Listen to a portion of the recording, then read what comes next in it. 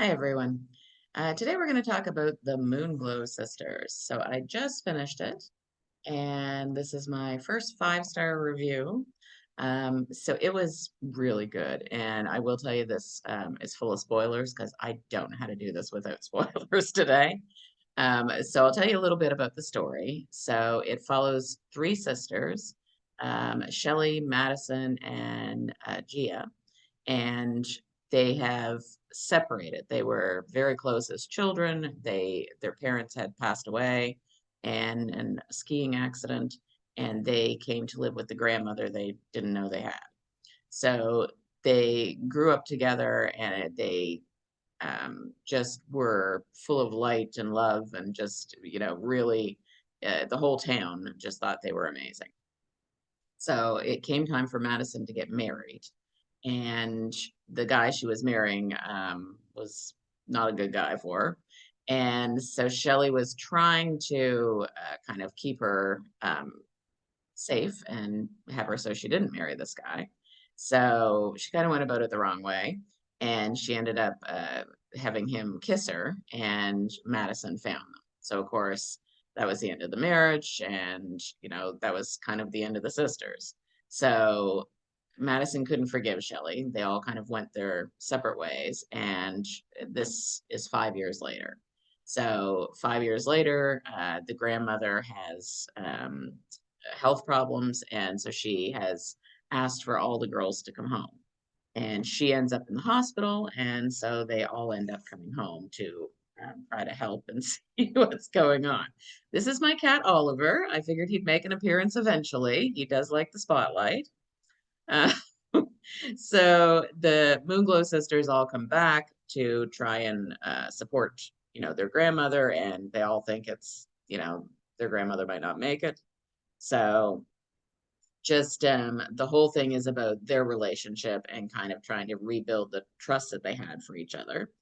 And so that and then there's a next door neighbor. Gia decides that the only way to keep the sisters together, because they're fighting like crazy, is to tell them that she's engaged. And so she chooses her next door neighbor to be fake engaged with. And when she goes to tell him, he's very sweet about the whole thing. And the two of them have been close since they were children. He produces this engagement ring that he says, was some other woman's that he didn't end up marrying. So anyway, he gives her this engagement ring to help with this lie.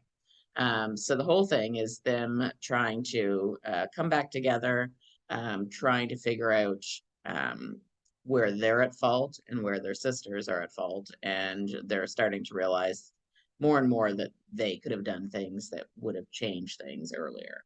And that they don't know all the story. I mean, there's a lot of things that they don't realize happened, that the sisters have been hiding. So I won't give away too much there, but the whole thing is really good. It's one of those books where I really laughed at parts, other parts I sobbed, and the whole thing had a really good ending to it. So how I love my good endings. So so I thought it was really good.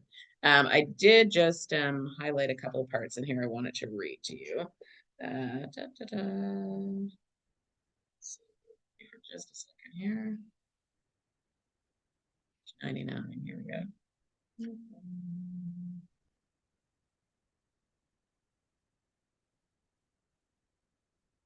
Oh, here we go. Okay. I knew there was a spot. Um, the handsome guy that Gia is fake engaged to. He says, "Ready to go to the hospital, honeysuckle?" he asked. Honeysuckle, a sweet shiver ran through her. He'd traded in short stack for honeysuckle. He'd already given her a romantic nickname. She had to hand it to him. When the man played a role, he Tom Hanked the hell out of it. I thought that was cute. And then the other one was there was a guy who's and this is not a spoiler, it's just a short little part. So there was a guy who was going down the beach near where they lived, and he was peeing on the beach and plain sight of everyone. So it says, her sister stormed down the porch steps. On her way across the sloping lawn, Madison stopped long enough to snatch up one of Grammy's pink flamingos staked into the ground. "Hey, you! Hey there! You there!" Simultaneously, Shelley and Gia hurried down the steps after her as Madison waved the plastic pink flamingo at a male jogger who'd stopped to urinate in the shrubbery, dividing the Moonglow Inn property from their neighbors to the west. The guy startled and fell back into the sand on his butt, raising his arms to cover his face as Maddie charged him. Pervert, she exclaimed.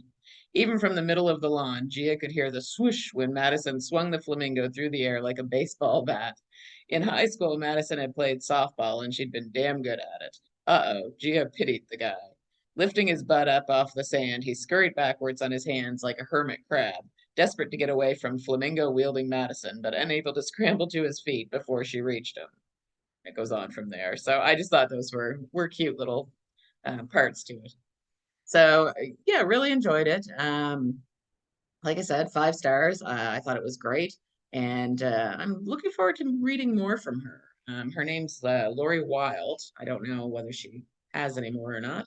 And then the last part I wanted to mention was in the back. Gia is the youngest of the sisters, and what she does is make custom made kites. And in the back, it talks about fascinating facts about kites, which I thought was interesting. So it talks about how the earliest kites were flown thousands of years ago and were made of leaves. The world record for the longest kite fly is 180 hours. I don't think I could get it to stay up more than a few minutes. Adults fly kites more than children do.